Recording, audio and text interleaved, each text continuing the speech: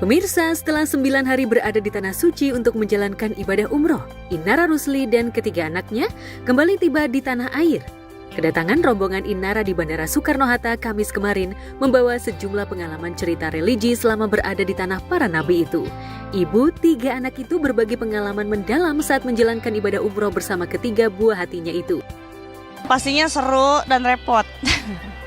Banyak ujian. Banyak apa nak? Ujian. Banyak ujiannya, Masya Allah. Pasti kalau secara akal logika kita bawa anak-anak pasti tambah repot gitu ya. Tapi kalau kita anggap ini bukan sebagai beban, tapi sebagai penghiburan kita juga. Intinya aku nggak bisa ninggalin mereka lah selama 9 hari umroh.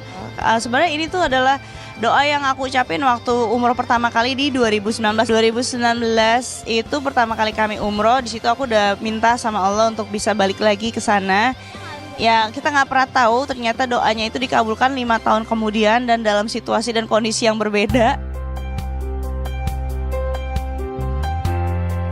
Selama umroh, Inara merasakan momen-momen yang tidak terlupakan, seperti berdesakan di beberapa lokasi yang dianggap umat Islam sakral, yakni di Hijr Ismail, mencium Ka'bah, dan berdoa di Raudhah atau Taman Surga. Meski ibadahnya penuh perjuangan, namun ada hikmah yang dapat ia petik dari perjalanan religinya itu. Ia mengajarkan anak-anaknya untuk tetap sabar dan ikhlas. Kita sempat ke Ka'bah, kita sempat cium kiswah Ka'bah, kita sempat ke Rukun Yamani juga ya nak ya. Kegencet-gencet sama orang, Masya Allah. Karena hampir semua orang dari seluruh penjuru dunia kan ngumpul semua di situ melakukan ibadah. Jadi kita ya harus berjuang untuk berebut berkahnya gitu loh di sana. Sabar aja. Iya.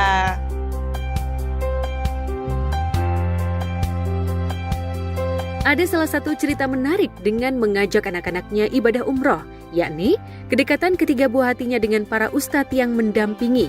Salah satu anak laki-lakinya bahkan memanggil ustadz tersebut dengan panggilan ayah. Hal itu lantaran mereka merasa begitu nyaman dekat dengan sang ustadz.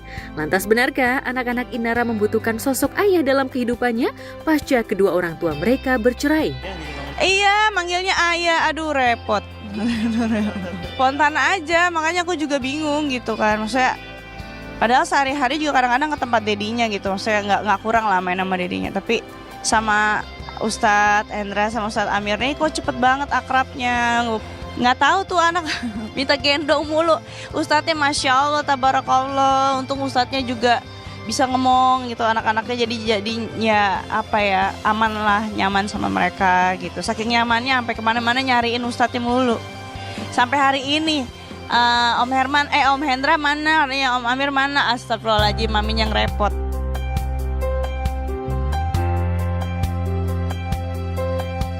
Perjalanan umroh kali ini menjadi pengingat bagi Inara tentang pentingnya berserah kepada Allah Subhanahu wa Ta'ala dalam setiap aspek kehidupan, baik dalam menjalankan ibadah maupun tanggung jawabnya sebagai public figure.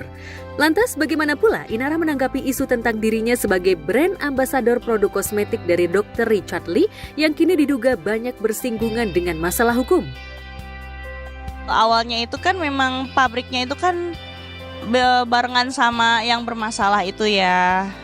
Karena memang belum punya pabrik pribadi. Kita sebagai customer dong berarti ya kan, posisinya bukan sebagai maklon. Jadi ya wajar aja kalau nggak tahu apa-apa kandungan dalam produk kita yang dimasukin apa sama si maklonnya gitu loh. Jadi ya yang harusnya dikejar ya maklonnya.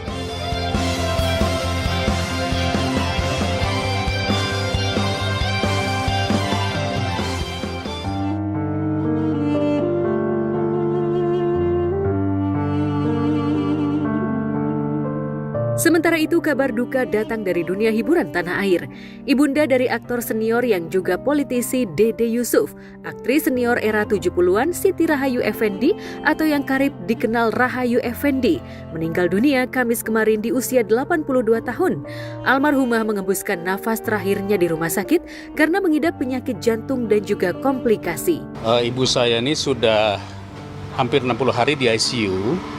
Jadi tepatnya tanggal 1 Oktober beliau kena serangan jantung, lalu kemudian dibawa ke rumah sakit dan selama dirawat di sana karena kondisinya mungkin harus di intensive care unit sehingga tidak boleh ditengok. Itu sebabnya kami tidak memberitahu kemana-mana, sempat kembali pulih, tetapi karena usia sudah 82 tahun, jadi banyak sekali kondisi tubuh yang organ-organ vitalnya mungkin tidak menunjang. Nah, alhamdulillah beliau kelihatannya sangat kuat sekali ya, jadi pada saat semua kondisi organ vitalnya sudah tidak sanggup, tetapi beliau masih tetap bertahan sampai tadi subuh jam 4.38. Dokter menyatakan sudah tidak ada. Rasanya hampir semua penyakit beliau sudah pernah lewati dan dia survive. Nah, artinya penyakit jantung itu hanya pemicu saja yang mungkin di konteksnya karena berat badan, ya mungkin tensinya tinggi, tetapi ya mungkin udah usia aja ya. Sudah 82 tahun itu sudah melebihi dari usia pada umumnya. Saya mengenal almarhumah sudah lama sekali ya. Ada rasa penyesalan karena beberapa kali saya dan kawan-kawan ingin sekali, nggak tahu, kepingin ketemu gitu untuk kita ngobrol, bernostalgia gitu ya. Tapi terlalu aja nggak kesampaian. Tiba-tiba dengar beliau masuk ke rumah sakit gitu, dan di rumah sakit pun tidak bisa kita lihat ya, tidak boleh masuk gitu loh, jadi hanya dari luar. Ya, insya Allah kita doa bersama untuk almarhumah husnul khotimah, amin.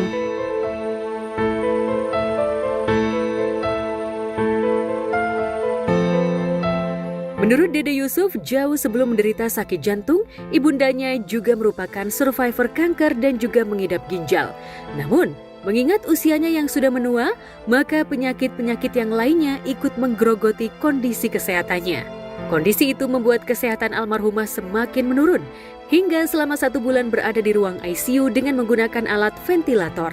Lantas adakah pesan terakhir yang disampaikan mendiang Rahayu Effendi sebelum ajal menjemput? 2 bulan yang lalu, ketika kita sedang meminta izin untuk penayangan ulang jendela rumah kita. Masih kesini, ibu saya masih video call sama direktur, saya mengatakan, wah bikin film harus begini dong, serial begini, masih aktif ya. Prinsipnya semangatnya itu nggak pernah berhenti. Sampai masa terakhir, dalam beberapa hari terakhir kemarin, keinginannya untuk sadar itu masih besar sekali. Figur ibu yang benar-benar gigih, bukan hanya saya atau anak-anak yang dibesarkan, tapi banyak sekali saudara-saudaranya. Ada yang dari kampung, ya, dari daerah, itu dibesarkan oleh ibu saya. Juga memiliki yayasan, panti asuhan, pengajian. Tadi kalau dilihat di dalam tuh banyak teman-teman pengajian dari ibu saya.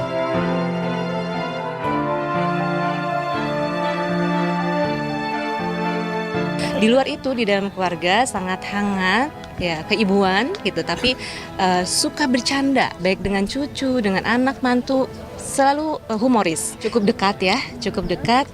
Beliau juga sangat welcome, orangnya open minded, terbuka, jadi kita bisa diskusi apapun. Masya Allah ya, cukup smart, karena selalu kita berdiskusi baik itu tentang film dengan cucu-cucunya. Anak-anak saya mengakui bahwa kita semua bisa pintar karena Ninin selalu mengajak kita dari kecil untuk nonton film, untuk berdiskusi sejarah dunia, sejarah Indonesia, kemudian baca buku, kemudian kita diskusi dari segi ilmu atau pengalaman hidup. Beliau juga bercerita.